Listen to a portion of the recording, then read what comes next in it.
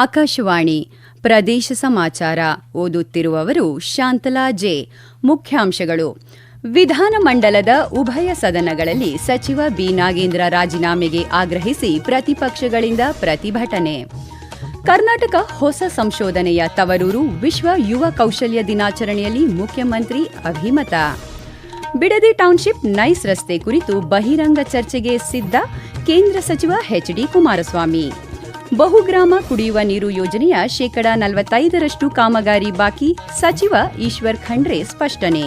ಹಾಗೂ ಹನೂರು ಗುಂಡಿನ ದಾಳಿ ಪ್ರಕರಣ, ಮೃತ ಕುಟುಂಬಸ್ಥರಿಗೆ 1 ಕೋಟಿ ರೂಪಾಯಿ ಪರಿಹಾರ ನೀಡುವಂತೆ ಬಿಜೆಪಿ ಆಗ್ರಹ.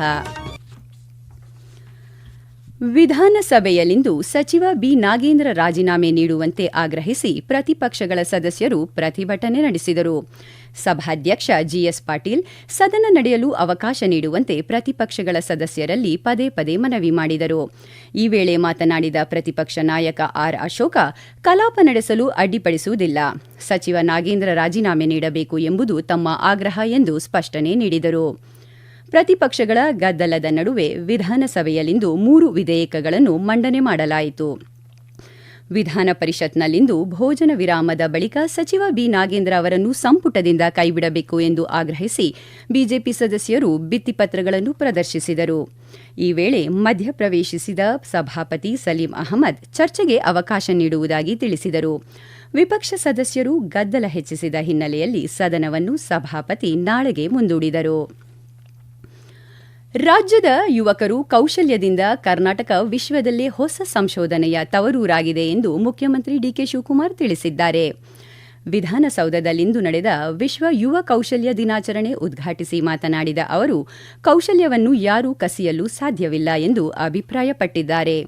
ಕ್ಯಾಲಿಫೋರ್ನಿಯಾದಲ್ಲಿ 13 ಲಕ್ಷ ಐಟಿ ಇಂಜಿನಿಯರ್ಗಳಿದ್ದಾರೆ, ಬೆಂಗಳೂರಿನಲ್ಲಿ 25 ಲಕ್ಷ ಐಟಿ ವೃತ್ತಿಪರರಿದ್ದಾರೆ ಎಂದು ತಿಳಿಸಿದ್ದಾರೆ.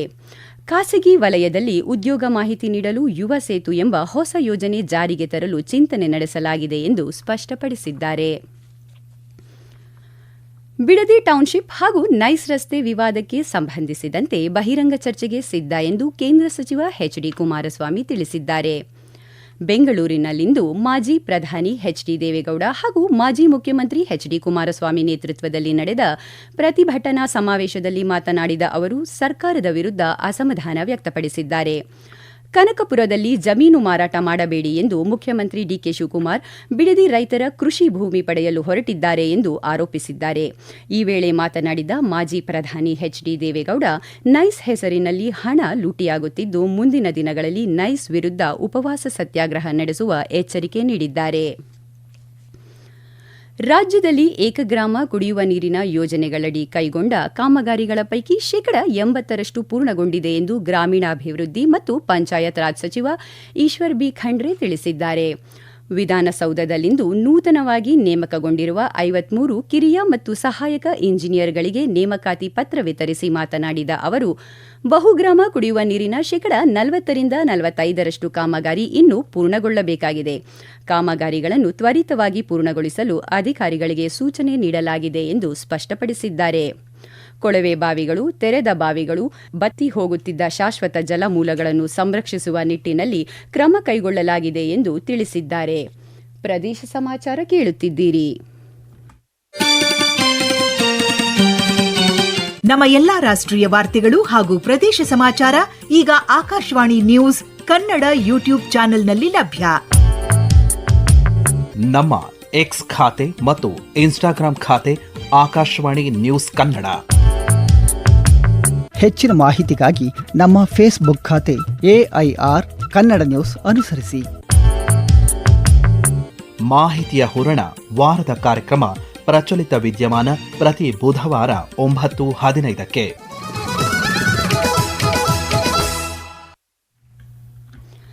ಚಾಮರಾಜನಗರ ಮೀಸಲು ಅರಣ್ಯದಲ್ಲಿ ನಡೆದ ಗುಂಡಿನ ದಾಳಿ ಪ್ರಕರಣವನ್ನು ನ್ಯಾಯಾಂಗ ತನಿಖೆಗೆ ನೀಡುವಂತೆ ಬಿಜೆಪಿ ಆಗ್ರಹಿಸಿದೆ.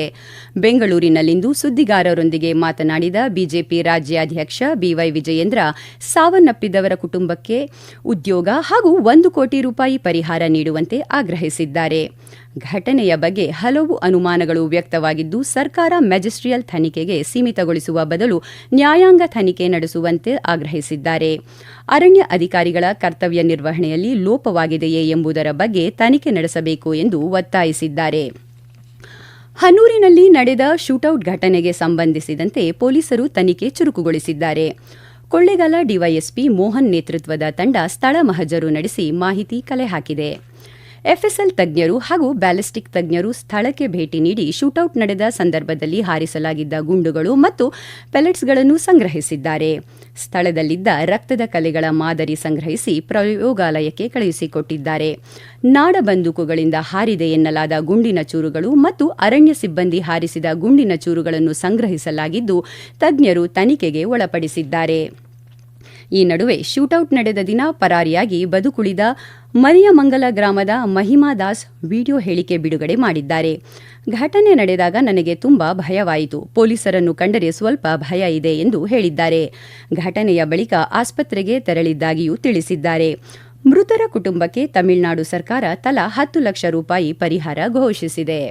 ಭಾರತ ಸರ್ಕಾರದ ವಾರ್ತಾ ಶಾಖೆ ಬೆಂಗಳೂರು ಹಾಗೂ ಉತ್ತರ ಕನ್ನಡ ಜಿಲ್ಲಾಡಳಿತ ವಾರ್ತಾ ಮತ್ತು ಸಾರ್ವಜನಿಕ ಸಂಪರ್ಕ ಇಲಾಖೆ ಸಂಯುಕ್ತಾಶ್ರಯದಲ್ಲಿ ಕಾರವಾರದ ಜಿಲ್ಲಾಧಿಕಾರಿಗಳ ಕಚೇರಿ ಸಭಾಂಗಣದಲ್ಲಿ ಇಂದು ಕೇಂದ್ರ ಪುರಸ್ಕೃತ ಯೋಜನೆಗಳ ಕುರಿತು ಮಾಧ್ಯಮ ಪ್ರತಿನಿಧಿಗಳಿಗೆ ವಾರ್ತಾಲಾಪ ಕಾರ್ಯಾಗಾರ ಆಯೋಜಿಸಲಾಗಿತ್ತು. ಉತ್ತರ ಕನ್ನಡ ಜಿಲ್ಲಾಧಿಕಾರಿ ಲಕ್ಷ್ಮೀಪ್ರಿಯಾ ಹಾಗೂ ಪಿಐಬಿ ಹೆಚ್ಚುವರಿ ಮಹಾನಿರ್ದೇಶಕ ಎಸ್ಜಿ ರವೀಂದ್ರ ಕಾರ್ಯಕ್ರಮ ಉದ್ಘಾಟಿಸಿದರು. ಜಿಲ್ಲಾಧಿಕಾರಿ ಕೆ ಲಕ್ಷ್ಮೀಪ್ರಿಯಾ ಮಾತನಾಡಿ, ಸರ್ಕಾರದ ಯೋಜನೆಗಳ ಸಂಪೂರ್ಣ ಮಾಹಿತಿ ಮಾಧ್ಯಮದವರಿಗೆ ತಲುಪಬೇಕು. ವಾರ್ತಾಲಾಪ ಕಾರ್ಯಾಗಾರ ಮಾಧ್ಯಮದವರಿಗೊಂದು ಉತ್ತಮ ಅವಕಾಶ ಎಂದು ಅಭಿಪ್ರಾಯಪಟ್ಟರು. ಪಿಐಬಿ ಹೆಚ್ಚುವರಿ ಮಹಾನಿರ್ದೇಶಕ ಎಸ್ಜಿ ರವೀಂದ್ರ ಮಾತನಾಡಿ, ಪಿಎಂ ಕಿಸಾನ್ ಸಮ್ಮಾನ್ ನಿಧಿ, ಫಸಲ್ ಬಿಮಾ ಯೋಜನೆ, ಧನಧಾನ್ಯ ಕೃಷಿ ಯೋಜನೆ, ನಮೋ ಡ್ರೋನ್ ದೀದಿ, ಇ-ನ್ಯಾಮ್, ಮತ್ಸ್ಯ ಸಂಪದ ಯೋಜನೆ, ನವೋದ್ಯಮ, ಸ್ಟೆಮ್ ಮುಂತಾದ ಕೇಂದ್ರ ಪುರಸ್ಕೃತ ಯೋಜನೆಗಳು ಹಾಗೂ ಅವುಗಳ ಅನುಷ್ಠಾನದ ಅಂಕಿಅಂಶಗಳ ಕುರಿತು ಮಾಹಿತಿ ನೀಡಿದರು. ಕೇಂದ್ರ ಹಾಗೂ ರಾಜ್ಯ ಸರ್ಕಾರದ ಸಹಯೋಗದಲ್ಲಿ ಅನುಷ್ಠಾನಗೊಳ್ಳುವ ಹಲವು ಯೋಜನೆಗಳು ಎಲ್ಲ ವ್ಯಕ್ತಿಗಳಿಗೂ ತಲುಪಬೇಕು. ಈ ನಿಟ್ಟಿನಲ್ಲಿ ಮಾಧ್ಯಮದವರು ಕಾರ್ಯನಿರ್ವಹಿಸಬೇಕು ಎಂದು ಕರೆ ನೀಡಿದರು. ಬಿಡದಿ ಟೌನ್ಶಿಪ್ ನಿರ್ಮಾಣಕ್ಕೆ ಬಾಕಿ ಉಳಿದಿರುವ 2 ಹಳ್ಳಿಗಳ ಭೂಸ್ವಾಧೀನ ಪ್ರಕ್ರಿಯೆ ಕೂಡಲೇ ಸರ್ಕಾರ ಅಂತಿಮ ಅಧಿಸೂಚನೆ ಹೊರಡಿಸಬೇಕೆಂದು ಆಗ್ರಹಿಸಿ ಕೆಲ ರೈತರು ರಾಮನಗರ ಜಿಬಿಡಿಎ ಕಚೇರಿ ಮುಂದೆ ಪ್ರತಿಭಟನೆ ನಡೆಸಿದರು. ಟೌನ್ಶಿಪ್ ನಿರ್ಮಾಣದಿಂದ ರೈತರ ಭೂಮಿಗೆ ಉತ್ತಮ ಬೆಲೆ ಸಿಗುವುದರೊಂದಿಗೆ ರೈತರ ಆರ್ಥಿಕ ಸ್ಥಿತಿಯೂ ಸುಧಾರಣೆಯಾಗಲಿದೆ. ಸರ್ಕಾರ ಟೌನ್ಶಿಪ್ ನಿರ್ಮಾಣ ವಿಚಾರದಲ್ಲಿ ತ್ವರಿತಗತಿಯಲ್ಲಿ ಕಾರ್ಯಪ್ರವೃತ್ತರಾಗಬೇಕು ಎಂದು ಮುಖ್ಯಮಂತ್ರಿಗಳಿಗೆ ಮನವಿ ಮಾಡುವುದಾಗಿ ತಿಳಿಸಿದ್ದರು. ತುಮಕೂರಿನ ಚಿಕ್ಕನಾಯಕನಹಳ್ಳಿ ತಾಲೂಕಿನ ಬಿಳಗಿಹಳ್ಳಿ ಗ್ರಾಮದಲ್ಲಿ ಶಾಲಾ ಆವರಣದಲ್ಲಿ ಆಟವಾಡುತ್ತಿದ್ದ ವಿದ್ಯಾರ್ಥಿಯ ಮೇಲೆ ಏಕಾಏಕಿ ಪಿಲ್ಲರ್ ಕುಸಿದು ಬಿದ್ದ ಪರಿಣಾಮ ಸ್ಥಳದಲ್ಲೇ ಮೃತಪಟ್ಟಿದ್ದಾನೆ. ಮೃತ ಧನುಷ್ ಸರ್ಕಾರಿ ಪ್ರಾಥಮಿಕ ಶಾಲೆಯಲ್ಲಿ 4ನೇ ತರಗತಿಯಲ್ಲಿ ಓದುತ್ತಿದ್ದು, ಸ್ನೇಹಿತರೊಂದಿಗೆ ಶಾಲೆಯ ಆವರಣದಲ್ಲಿ ಆಟವಾಡುತ್ತಿದ್ದ ವೇಳೆ ಶಾಲೆಯ ಪಕ್ಕದಲ್ಲಿರುವ ಕಟ್ಟಡವೊಂದರ ಪಿಲ್ಲರ್ ಏಕಾಏಕಿ ಕುಸಿದು ಬಿದ್ದಿದೆ. ಸುದ್ದಿ ತಿಳಿಯುತ್ತಿದ್ದಂತೆ ಹಂದನಕೆರೆ ಠಾಣೆ ಪೊಲೀಸರು ಸ್ಥಳಕ್ಕೆ ಭೇಟಿ ನೀಡಿ ಪರಿಶೀಲನೆ ನಡೆಸಿದ್ದು ಪ್ರಕರಣ ದಾಖಲಿಸಿಕೊಂಡಿದ್ದಾರೆ. ಸಂಗೀತ ಕ್ಷೇತ್ರದಲ್ಲಿ 25 ವರ್ಷಗಳ ಅನುಭವ ಹೊಂದಿರುವ ಆಕಾಶವಾಣಿಯ ಉನ್ನತ ಶ್ರೇಣಿಯ ಕಲಾವಿದೆ ಹಾಗೂ ಹಿನ್ನೆಲೆ ಗಾಯಕಿ ಸಂಗೀತ ಬಾಲಚಂದ್ರ ಅವರು ಇದೇ 23ರಂದು 25 ಗಂಟೆಗಳ ಕಾಲ ನಿರಂತರವಾಗಿ ದಾಸರ ಪದಗಳನ್ನು ಹಾಡುವ ಮೂಲಕ ವಿಶ್ವ ದಾಖಲೆ ನಿರ್ಮಿಸುವ ಪ್ರಯತ್ನಕ್ಕೆ ಮುಂದಾಗಿದ್ದಾರೆ. ಮಂಗಳೂರಿನಲ್ಲಿಂದು ಸುದ್ದಿಗಾರರೊಂದಿಗೆ ಮಾತನಾಡಿದ Sangeetha Balachandra, golden book of world records ದಾಖಲೆಯ ಉದ್ದೇಶದೊಂದಿಗೆ ಈ ವಿಶಿಷ್ಟ ಗಾಯನ ಕಾರ್ಯಕ್ರಮ ಆಯೋಜಿಸಲಾಗಿದೆ. ಪಂಚವಿಶಂತಿ ಎಂಬ ಹೆಸರಿನಲ್ಲಿ ನಡೆಯಲಿರುವ ಕಾರ್ಯಕ್ರಮವು ಉಡುಪಿಯ ಶ್ರೀ ಕೃಷ್ಣ ಮಠದ ಸಮೀಪದ ಗೀತಾ ಮಂದಿರದ ಪುತ್ತಿಗೆ ನರಸಿಂಹ ಸಭಾಂಗಣದಲ್ಲಿ ನಡೆಯಲಿದೆ ಎಂದು ತಿಳಿಸಿದ್ದಾರೆ. ಕೊನೆಯಲ್ಲಿ ಮತ್ತೊಮ್ಮೆ ಮುಖ್ಯಾಂಶಗಳು. ವಿಧಾನಮಂಡಲದ ಉಭಯ ಸದನಗಳಲ್ಲಿ ಸಚಿವ ಬಿ. ನಾಗೇಂದ್ರ ರಾಜೀನಾಮೆಗೆ ಆಗ್ರಹಿಸಿ ಪ್ರತಿಪಕ್ಷಗಳಿಂದ ಪ್ರತಿಭಟನೆ. ಕರ್ನಾಟಕ ಹೊಸ ಸಂಶೋಧನೆಯ ತವರೂರು, ವಿಶ್ವ ಯುವ ಕೌಶಲ್ಯ ದಿನಾಚರಣೆಯಲ್ಲಿ ಮುಖ್ಯಮಂತ್ರಿ ಅಭಿಮತ.